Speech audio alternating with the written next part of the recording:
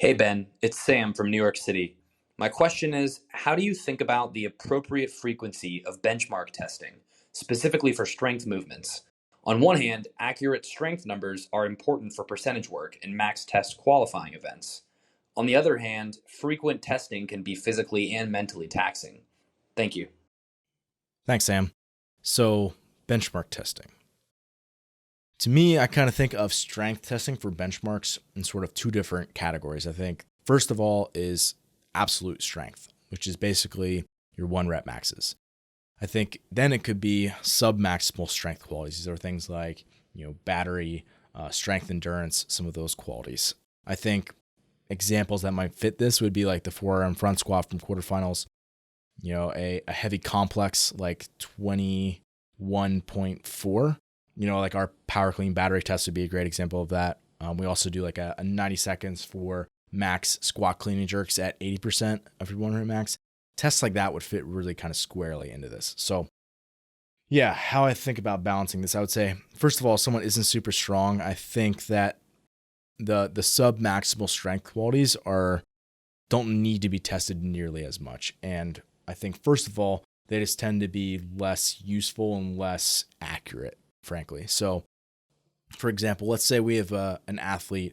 She's a female and she wants to compete at a high level, and her, power clean 1 rep max is 105 pounds, right? Which obviously isn't going to be competitive with high level athletes. For someone like that, they're just not producing enough tension to, if I gave them an 8-minute AMRAP of power cleans at 90%, right? As many reps as they can get. I would hope for most athletes to be getting at least 15 if they have really good strength numbers. For that person, she could be well over 30, right? Like I would fully expect her to be like 30 to 35 in that range, just because it's like not heavy enough. She doesn't actually produce enough tension in that pattern to really make that something that's a quality that's actually really needs developing. So I think first thing you got to look at is what their absolute numbers are in terms of their 1RMs relative to the level of competition that they want to be at.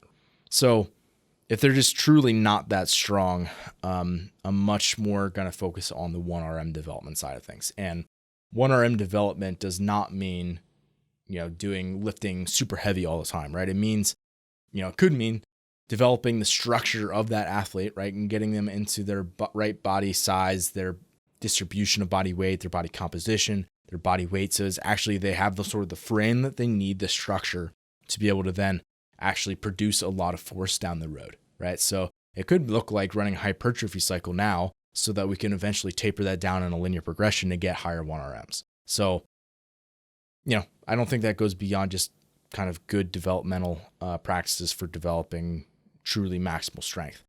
Let's take the example of someone who is maybe in the ballpark of where they want to be. So again, let's say we have someone who wants to compete at the semifinal level, and they're an athlete who is maybe within 5 to 10% of what the people in that division, maybe the lower end of that field, is hitting in strength metrics. I think that at that point you sort of hit a lot of the lower hanging fruit, and I think especially as you start to transition towards competition, you can start to prioritize more and more some of the qualities of sub-maximal strength. So I think it kind of goes threefold as you approach maybe a pre-competition phase. I would say number one, it's about retaining the maximal strength qualities that you have, so you're getting just touches on those. I think it's also about basically knowing how to gauge your rep maxes so that if that comes out, you actually know sort of about what you might hit. Also things like heavy complexes.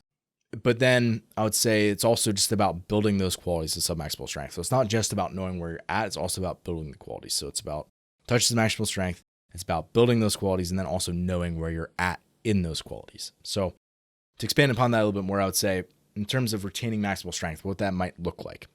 Maybe one potentially touch per pattern of a movement in a week. So for example, it could be, a 10-minute clock. You're going to build to a heavy front squat double before you get into your squat clean clusters for the day, right? And maybe those are a little bit more fatigued. But the front squat is unfatigued, it's low volume, it's really high intensity, it's a touch on the maximal strength, and that's it, right? And I think a frequency of about once a week is probably plenty. maybe that same week it's Wednesday, you're doing, hand release deadlifts. You're doing 5 sets of doubles every 2 minutes, and you're going to build up to 88% for that last one, right? Again, that's very heavy. It's a touch, and then you're done. And I think that's enough to retain those maximal strength qualities while you're focusing on developing and building some of the qualities of sub-maximal strength. So here, you could probably call these capacity. It's basically your ability to be able to repeat that, right? So maybe battery would be a better terminology. But I would say this is largely about putting the athlete into situations where that there's basically, let's call it like a strength biased bottleneck, right? Where the thing that's going to be slowing them down is the weight. So maybe it's a Metcon couplet and it's got heavy touch and go delts, and that's going to be pretty tough for that athlete. Or maybe it's an EMOM and it's got, squat clean thrusters that are fairly hard percentage where it's really having to create a lot of rigidity, and it's tough to make that happen.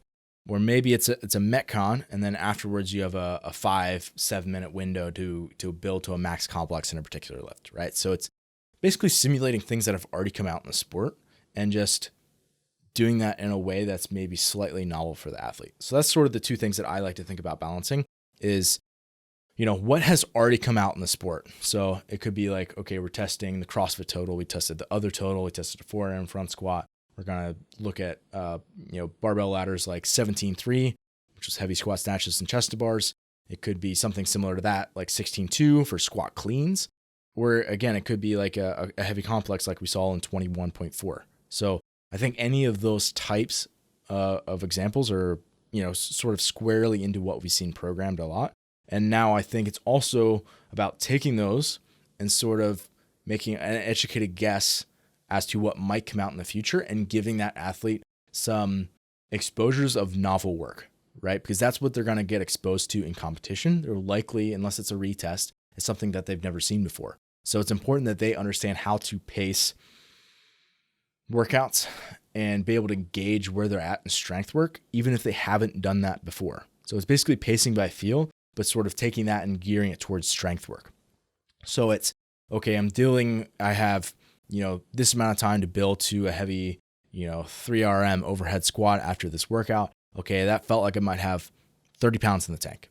Do it again. Okay, I feel like I might have 15 pounds in the tank, right? And you start to make those educated guesses, and that can only happen with just exposures, right? So I think, again, that doesn't need to happen year round, but especially as you're gearing for competition, I think that is a super important just think about and continue to prioritize.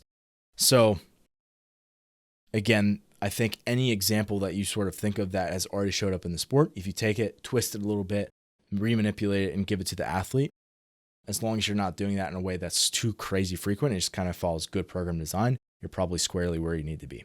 So to kind of sum it up, I would probably think about 1, build the qualities that are necessary in terms of maximal strength, right? 2, you're then going to make those qualities more fatigue resistant.